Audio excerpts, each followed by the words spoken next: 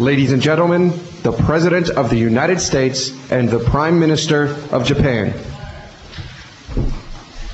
Thank you all. Please be seated. Mr. Prime Minister, as I said on the South Lawn, we are delighted to have you here in Washington. The Prime Minister and I have got a very friendly relationship. We've just had 2 hours of discussions. We talked about a lot of areas of mutual concern. I've reminded the Prime Minister, the American people, Mr. Prime Minister, over the past months that it was not always a given that the United States and America would have a close relationship. After all, 60 years we were at war.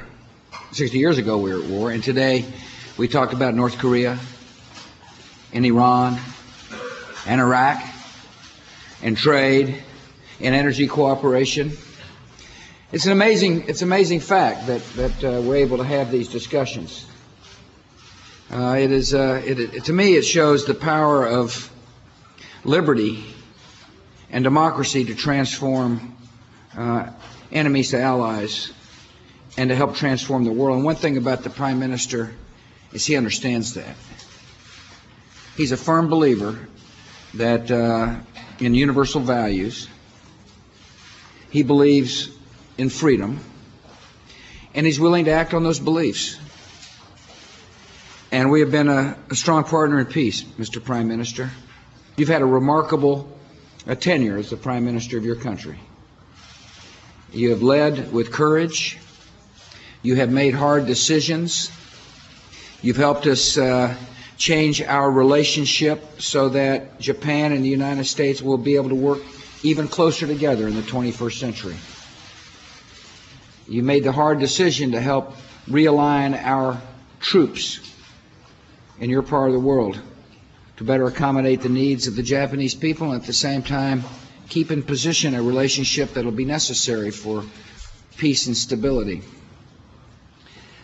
I want to thank you for opening your markets to U.S. beef. I think the Japanese people are going to like the taste of U.S. beef. Matter of fact, I had a good slice of beef last night, and you told me you did as well, and you look like you're feeling pretty good. Yes, very good. Yeah, right, good. We had an interesting discussion about energy, and one of the things that Japan and the United States can do is we can help provide technologies that will improve the climate as well as reduce our dependence on hydrocarbons.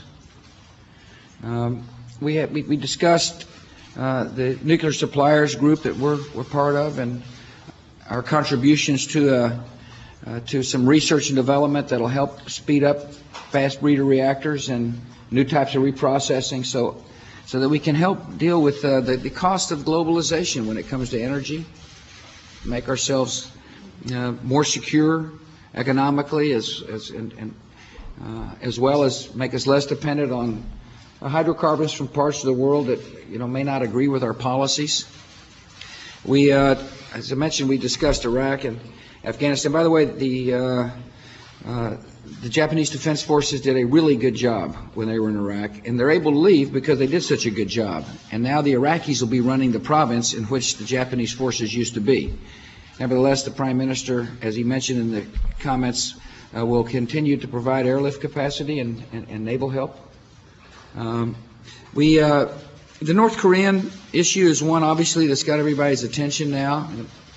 And we discussed this issue in length. We both agreed that it's very important for us to remain united in sending a clear message to the North Korean leader that, first of all, launching the missile is unacceptable. There's been no briefings as to what's on top of the missile. He hadn't told anybody where the missile's going. He has an obligation, it seems like to me and the Prime Minister, that there be a full briefing to those of us who are concerned about this issue as to what his intentions are. That makes sense, doesn't it? That's a reasonable thing for somebody to do. We talked about the six-party talks and to make sure we remain bound up and sending a clear message to the leader in North Korea. I also talked about one of the most touching moments of my presidency, when the mom of the abducted daughter came to the Oval Office and talked to me about what it was like to have a young daughter abducted by the North Koreans. And it really broke my heart. I told the Prime Minister it was a moving moment for me. I just could not imagine what it'd be like to have somebody have taken, my daughter, or one of my daughters, and never be able to see her again. And the woman showed such great courage, Mr. Prime Minister, when she came and shared her story with me.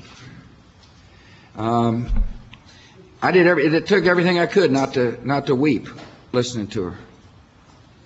It also reminded me about the nature of the regime. What kind of regime would kidnap people?